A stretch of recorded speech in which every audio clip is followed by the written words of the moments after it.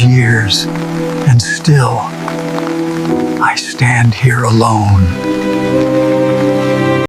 The vibration against my thigh was subtle at first, a buzzing insect trapped in the fabric of my dress slacks. But in the hushed reverence of the Thanksgiving dinner table, it felt like a seismic event. I was seated at the right hand of my son Julian, watching the candlelight dance in the reflection of the crystal wine glasses, feeling a swell of gratitude so potent it nearly brought tears to my eyes.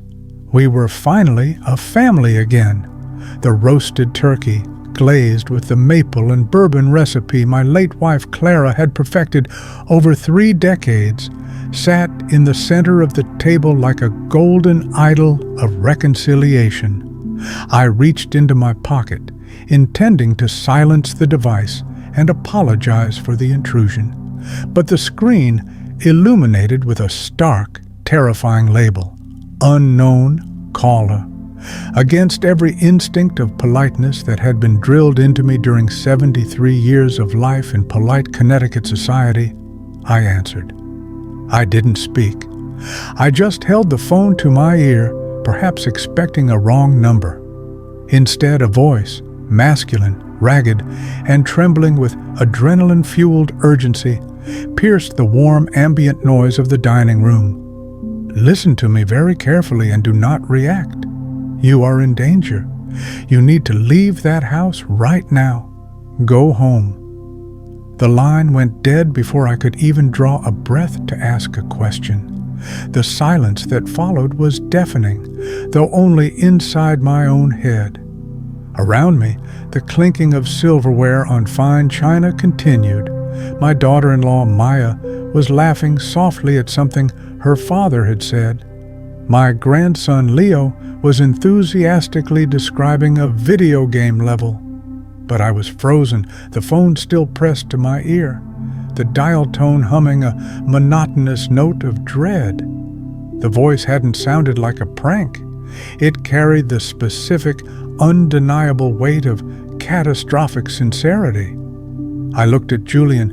He was carving a slice of the breast meat, his face the picture of the beautiful, loving son. He caught my eye and smiled, a tight, practiced expression that didn't quite reach his eyes. "Dad, everything okay?" he asked, his voice smooth as silk. The dissonance between the warmth of the room and the ice water flooding my veins was absolute. I stood up, my legs feeling like wooden stilts. I have to go," I stammered, the lie forming clumsily on my tongue. "I think I left the stove on the gas. I have a terrible feeling." This moment of terror at the dinner table was the culmination of a week that had been an emotional roller coaster, a series of highs and lows that had left my nerves frayed and my heart exposed. Just 4 days prior, on the Monday before Thanksgiving, the silence of my large, empty Victorian home had been shattered by the ringing of the landline. I had rushed to answer it, certain it was Julian calling to coordinate the time I should arrive for the holiday. Since Clara passed away from a sudden heart attack 6 years ago, the holidays had become my lifeline. The few days of the year where the echoing silence of the house was replaced by the chaotic joy of family. But Julian's voice that Monday had been cold, detached. "Dad, look, Maya and I have been talking," he had said, rushing through the words. "We think it's best if we just do Thanksgiving with her parents this year. Just a small, quiet thing. We won't be hosting you." The rejection had hit me with the physical force of a blow to the solar plexus. I had sunk into the floral armchair in the hallway, the receiver trembling in my hand. "But Julian," I had whispered, my voice cracking, "it's the tradition. Clara's turkey recipe, the pecan pie. Did I do something?" Julian sighed, a sound of impatient exasperation that I knew well from his teenage years. "It's nothing like that, Dad. We just need space. It's been a hard year. We want to keep it simple. Don't make this difficult, please." He had hung up before I could plead my case, leaving me alone with the relentless, mocking rhythm of the grandfather clock in the foyer. For the next 2 days, I moved through my house like a ghost haunting his own life. I stared out the bay window at the gray November sky. The house, usually a sanctuary of memories, felt like a museum of a life that no longer existed. Everywhere I looked, I saw Clara. I saw her in the worn leather of the ottoman where she used to rest her feet while reading the Wall Street Journal. And mostly I saw her in the kitchen, flour dust in her temples as she wrestled with the massive holiday bird, laughing as she shooed me away from tasting the stuffing before it was ready. "Patience, Michael. Patience is the secret ingredient," she would say. I'd spent Wednesday morning mechanically dusting the already clean living room, trying to drown out the sorrow with activity, when the phone rang again. When I picked up, it was Julian again. This time his tone was radically different. It was warm, conciliatory, bordering on manic. "Dad, I'm so sorry," he gushed. "I don't know what I was thinking. The stress of work. I just snapped. Maya talked some sense into me. We can't have Thanksgiving without you. It wouldn't be right. Please say you'll come and bring Clara's turkey. We need that turkey." The relief that washed over me was so profound, I had to sit down. It was as if the sun had suddenly broken through a week-long storm. "Of course, Julian," I cried, wiping away the tears that sprang to my eyes. "I'll be there. I'll make everything, the glaze, the stuffing, the pie." "Great, great," he said, and I noticed a strange, breathless quality to his voice, as if he had just run a marathon. "Come around 3. They want stories, Dad, all the old stories." I threw myself into preparations with a fervor that bordered on religious devotion. I went to the upscale butcher shop and demanded the finest organic turkey they had, a majestic bird that cost more than my first car. I spent hours in the kitchen talking to Clara's photo on the windowsill. "They want us back, Clara," I whispered, basting the bird. "We're going to have a real family Thanksgiving." Driving to Julian's house in the neighboring town of West Hartford, I felt a sense of triumphant restoration. The house smelled of roasted meat and caramelized sugar, the scent of pure love. I arrived right on time. Maya greeted me at the door, wrapped in a cashmere shawl. The house was beautifully decorated, but as the afternoon wore on, I began to notice cracks in the perfect tableau. Julian was pacing. He was checking his phone constantly, his leg bouncing nervously whenever he sat down. He was drinking scotch, perhaps a bit more than usual for the early afternoon. When I tried to engage him in conversation about his job at the investment firm, he gave short, clipped answers. "Is everything all right at work, dear?" I asked. "Fine, Dad, it's fine. Just volatile markets," he snapped, then immediately softened his tone. "Sorry, just busy. I'm just glad you're here." It was that oscillation, from snapping anger to desperate warmth, that unsettled me, but I pushed the worry down. I needed this to be perfect. We sat down to dinner, and for a moment it was. The turkey was carved, the wine was poured, and toasts were made. And then the phone call came. "Trust me, and go now." The stranger's command replayed in my mind as I sped away from Julian's house. I had left the turkey, left the gifts, left the confused looks of my grandchildren. I was driving recklessly, the speedometer climbing past 70 on the winding suburban roads. Why had I listened? Because deep down, beneath the denial and the hope, I knew something was wrong.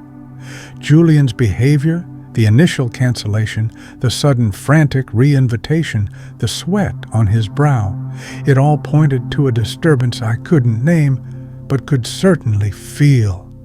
The dread in my stomach wasn't just fear, it was intuition screaming at a frequency only a parent can hear. The drive back to Oak Bridge usually took 30 minutes. I made it in 20. As I turned onto my street, a long winding lane lined with ancient oaks, I killed the headlights. I let the car coast silently to a stop 3 houses down from my own, hiding it behind a neighbor's overgrown hedge. I stepped out into the biting November wind, shivering in my dress slacks and silk shirt. My breath plumed in the air as I crept toward my property, feeling ridiculous and terrified all at once. My house loomed in the darkness, a dark Victorian silhouette against the moonlit sky. It should have been completely dark, but as I crouched behind the rhododendrons near the front porch, I saw it, a faint, dancing beam of light moving across the window of the study on the second floor. Clara's study. My heart hammered against my ribs like a trapped bird. Someone was inside. The caller had been right. I fumbled for my cell phone to call 911, my fingers numb with cold and fear. But before I could unlock the screen, a realization stopped me. The police would take 10, maybe 15 minutes to arrive out here. By then, whoever was in there could be gone. In that study were Clara's patent documents, her journals, the hard drives containing the digital legacy of her engineering firm. And in the wall safe, hidden behind the portrait of her father, were the physical stock certificates, blue-chip legacy stocks from the 1980s and 90s, and a massive block of Berkshire Hathaway shares that Clara had bought when we were newlyweds eating ramen noodles. That portfolio was worth millions now, intended to be a charitable trust for engineering scholarships. I couldn't wait. I moved around to the back of the house where the kitchen entrance was. I remembered that the mudroom window had a faulty latch, something I'd been nagging Julian to help me fix for months. The window was indeed pried open, the screen slashed. I spotted a heavy cast-iron garden spade leaning against the wall, left over from my fall bulb planting. I grabbed it. The weight of the metal was grounding. I used the spade to quietly pry open the back door, which I realized with a sinking heart had been unlocked from the inside. The intruder had secured an exit route. I slipped into the mudroom, the darkness of the house swallowing me.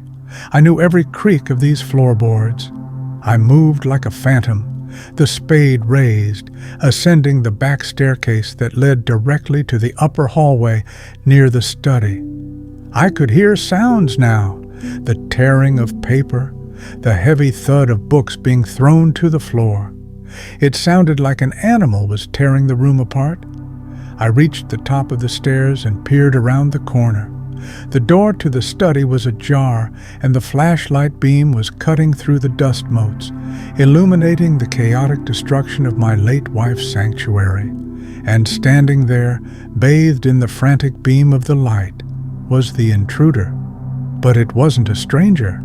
The figure was tall, familiar, wearing a heavy dark coat. A sick, icy dread washed over me as the man knelt by the wall safe. The face, partially obscured by the shadow of the hood, was unmistakable even after all these months of separation and longing. My eyes, though 73 years old, did not deceive me. It was Julian, my son.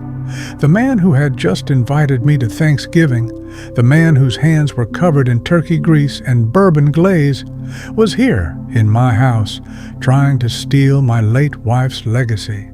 He was using a small specialized pry bar, the kind used by locksmiths, and his face was a mask of cold concentration. The sound of my own silent gasp was swallowed by the house's darkness.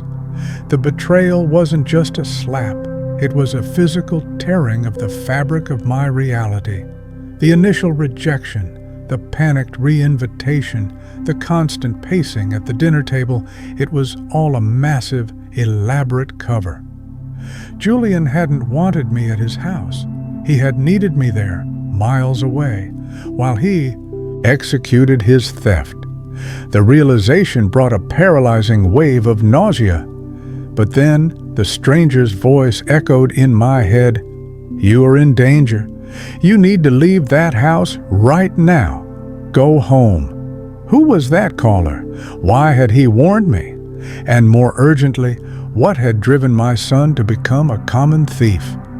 I felt the need to cough, to cry, to scream, but I suppressed it all, the adrenaline sharp and clean in my veins. I tightened my grip on the heavy spade. I had to know what he was looking for, and who, if anyone, was with him. I saw his shadow move toward the wall, safe behind the portrait of Clara's father. He was going for the stock certificates, the trust, the millions.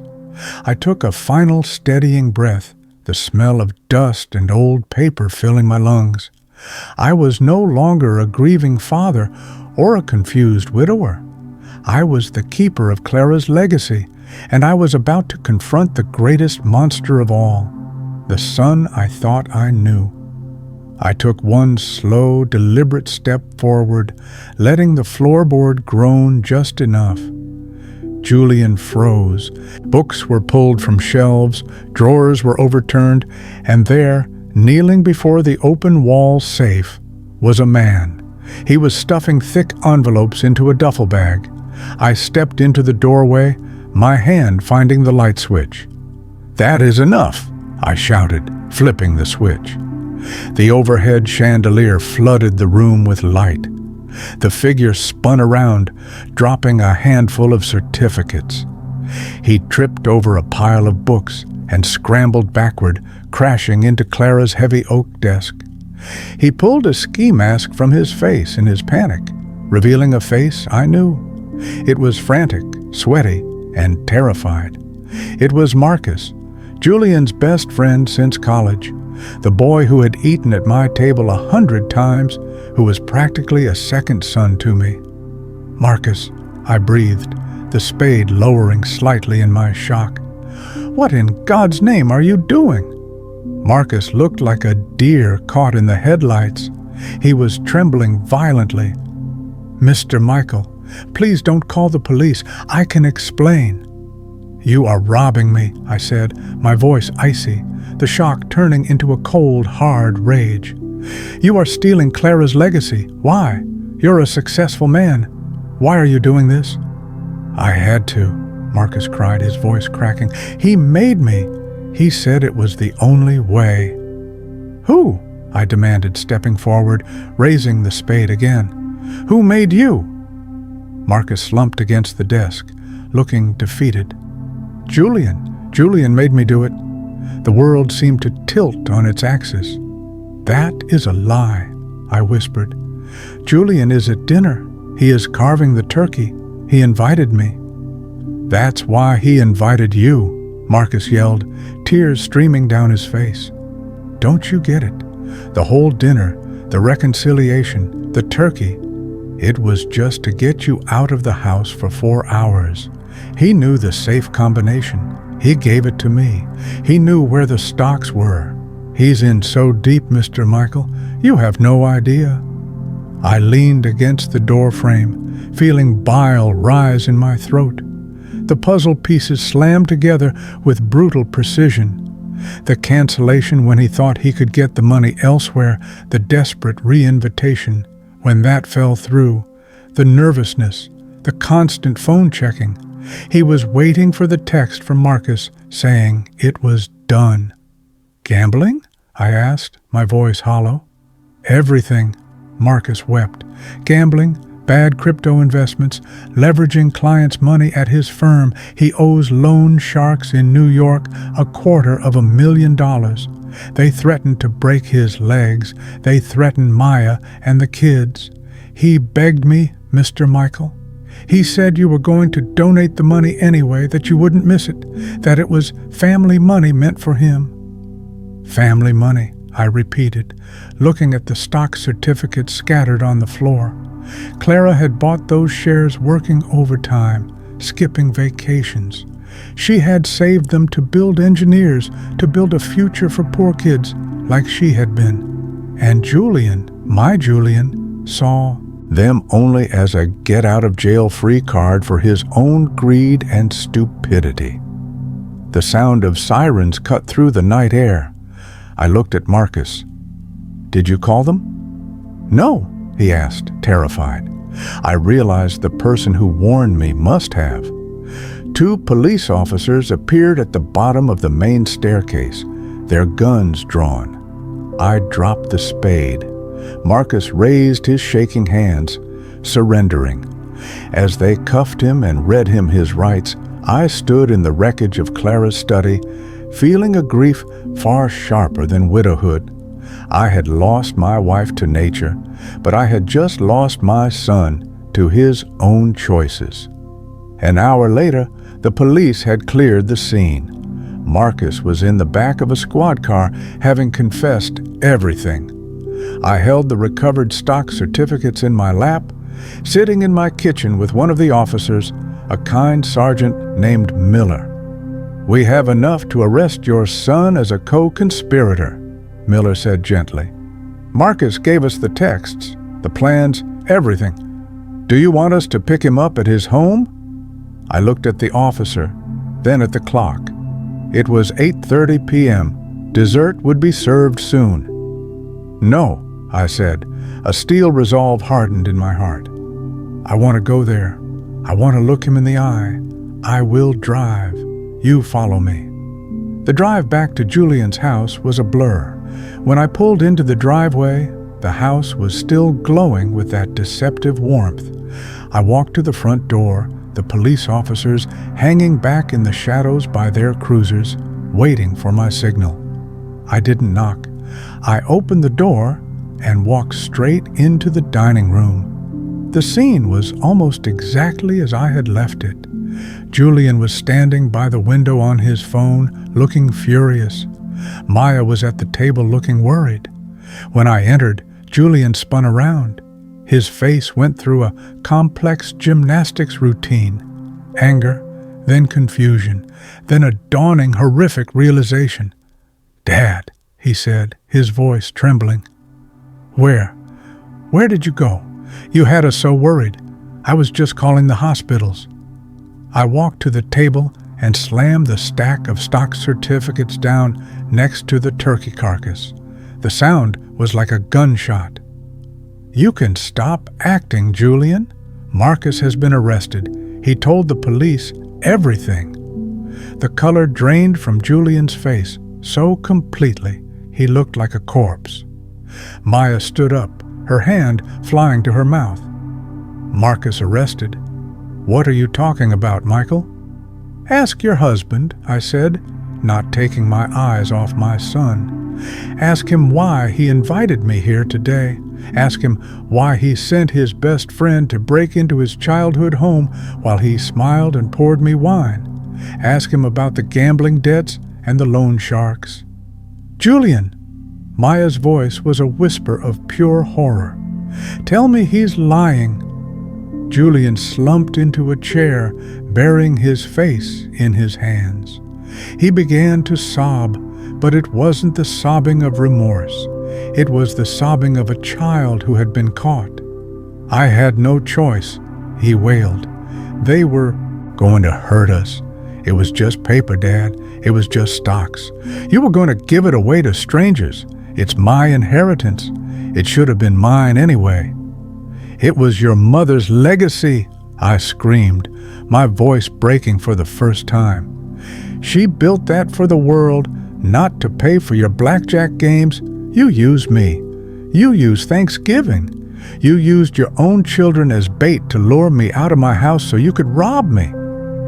"I did it for the family," Julian shouted, looking up, his eyes wild. "You don't know the meaning of the word," I said quietly. I turned to the window and signaled the officers. They entered the room, the jingle of handcuffs the only sound in the stunned silence. As they read Julian his rights and pulled him up from the chair, Leo and Sophie appeared at the top of the stairs, awakened by the shouting. "Daddy," Leo asked, rubbing his eyes. "What's happening?" I moved faster than I had in years. I intercepted them, rushing to the bottom of the stairs to block their sight of their father being handcuffed. Maya was paralyzed with shock, so I took charge. "Go back to bed, sweethearts," I said, my voice shaken but firm. "The police are just helping Daddy with a mistake. Go back to your rooms. Grandpa will come up in a minute." As they led Julian out, he looked at me one last time, an expression of raw, unadulterated hatred replacing the fear. He didn't look like my son. He looked like the desperate man he had become, realizing that the one person he thought he could betray without consequence was the one who destroyed him. The image will forever be burned into my memory, worse than any picture of Clara on her sickbed. This was the true death of my family. I stood there, surrounded by the festive decorations, the scent of the perfect turkey turning instantly sour. The silence after the police cars drove away was immense. Maya was still frozen, staring at the empty space where her husband had stood. I knew in that instant that my role as a father was over, but my new role as the reluctant architect of my family's future had just begun. The question was, what was left to build on? And that, I said, tears finally spilling over, is the only reason I'm not letting them drag you out by your hair. You have broken my heart, Julian, but you will not break this family's future any more than you already have. The image of Julian being led away in handcuffs, his eyes burning with hatred instead of remorse, haunted me for weeks. But I had made the right choice. I protected Clara's legacy, and more importantly, I protected Leo and Sophie from being further implicated in their father's reckless destruction. The aftermath was a long, painful winter. Julian went to prison for conspiracy and attempted grand larceny. The scandal was the talk of the town, an icy wind blowing through the quiet streets of Oak Bridge. But I held my head high. I didn't hide. I stood by Maya, who was innocent in all of it, a victim of her husband's deceit and gambling addiction. I helped her with the divorce proceedings, making sure the entire financial fallout of Julian's mistakes was quarantined from her and the children. I paid for the therapy Leo and Sophie needed to process the sudden, violent disappearance of their father from the Thanksgiving table. I made sure they never went without, providing a stability that their father had so casually tried to shatter. I watched Maya transform. She had been naive, shielded by the perfect facade Julian had built, but she emerged from the ashes of her marriage with a quiet, steely strength. We spent countless evenings together in the large, echoing Victorian house, not talking about Julian, but talking about Clara, about engineering, about the children's futures. She became the daughter Julian had forgotten how to be. 6 months later, on a warm spring afternoon, I sat in Clara's study. The room had been meticulously restored. The books were back on the shelves, but the wall safe was empty. I had liquidated the entire portfolio, not just the stocks Julian wanted to steal, but all of them. I looked at the legal documents on the desk. The Clara Vance Memorial Scholarship Fund was now fully endowed with $3 million. It would send 50 underprivileged students to engineering school over the next decade. But there was another document, a trust fund for Leo and Sophie, untouched by their father, ensuring their education and safety. Their future was secured by the very millions Julian believed he was entitled to destroy. Maya walked in, carrying a tray of tea. She looked healthier now. The shadow of Julian's secrets had lifted from her brow. "The first batch of scholarship applications arrived," she said, smiling. "There's a girl from Bridgeport who wants to design sustainable bridges. She reminds me of Clara." I took the application, looking at the young girl's essay. She wrote about building things that last, about structures that can weather storms.